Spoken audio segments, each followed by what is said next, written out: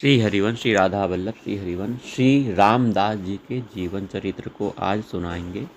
श्री हरिवंश आज हित हरिवंश महाप्रभु जी का प्रकट उत्सव है, तो सब लोग हरिवंश महाप्रभु जी की जय बोलेंगे। राधा वल्लभ श्री हरिवंश महाप्रभु जी की जय। श्री रामदास जी बड़े मधुर भाव से भक्तों की सेवा करते थे। इनके मुख पर शीतल कोमल और नम्रता पूर्ण वचन ही निकलते थे, क्योंकि भगवान के जो भक्त होते हैं वो नम्र होते हैं, वह क्रोध नहीं करते हैं। उनके वचनों से दूसरे का उद्धार ही होता है, कल्याण ही होता है।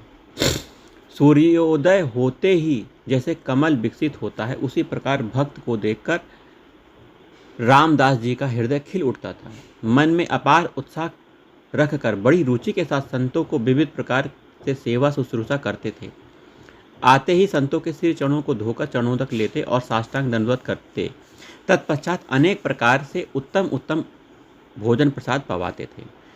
बछवन में आपका निवास स्थान था। बछवन भगवान में आपका अटल विश्वास था। उन्हीं के युगल श्री चरण कमल आपके हृदय भवन में जगमगाते रहते थे।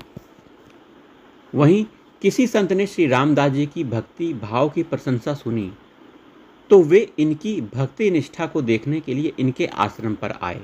संयोगवश ये वहीं बैठे थे। वे संत इन्हीं से पूछने लगे, रामदास जी कौन हैं? संत को आया देखकर रामदास जी जल्दी उठे और उन्होंने संत के चरण धोकर चरणामृत लिया। इसके बाद साष्टांग दंडवत करके बोले, आप विराजो, रामदास अभी आता है। आगंतुक संत ने कहा, पहले हमें यह बताइए कि रामदास जी कहाँ हैं? उनसे मिलने की मुझे तीव्र लालसा है और यहाँ आने का हमारा यही प्रयोजन है। उनसे मिलकर हमें शीघ्र ही चले जाना है। श्री रामदास जी ने उत्तर दिया, पहले आप चलकर प्रसाद लीजिए, फिर रामदास आ जाएगा। संत ने कहा, नहीं, पहले रामदास जी को बुलाकर उनका दर्शन करा दीजिए, उसके बाद ही मैं प्रसाद पाऊंगा। इस प्रकार उनके आग्रह देखकर श्री रामदास जी ने कहा, आप संतों का सेवक रामदास यही है, यह आपका ही आश्रम है। कृपा करके आप अपने आश्रम में पधारिए और प्रसाद पाइए। यह सुनते ही वे संत श्री रामदास जी के चरण में गिर गए। उनका हृदय आनंद से भर गया। वे फूले नहीं समा रहे थे।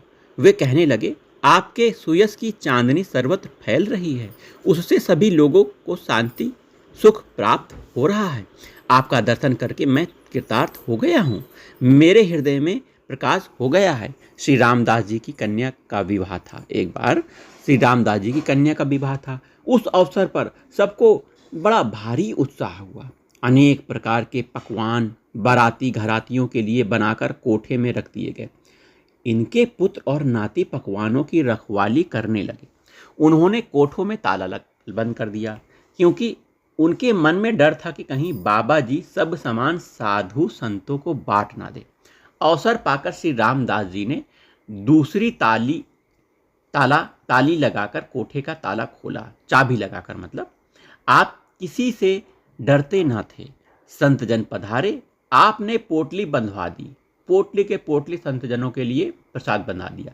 कहा कि स्थान आप दूर जाके स्थान में कहीं पा लेना, स्थान में ले जाकर आप लोग भोग लगाइए। संत भगवान को पकवानों की पोटलियां बंधवाकर आपने महान सुख प्राप्त किया।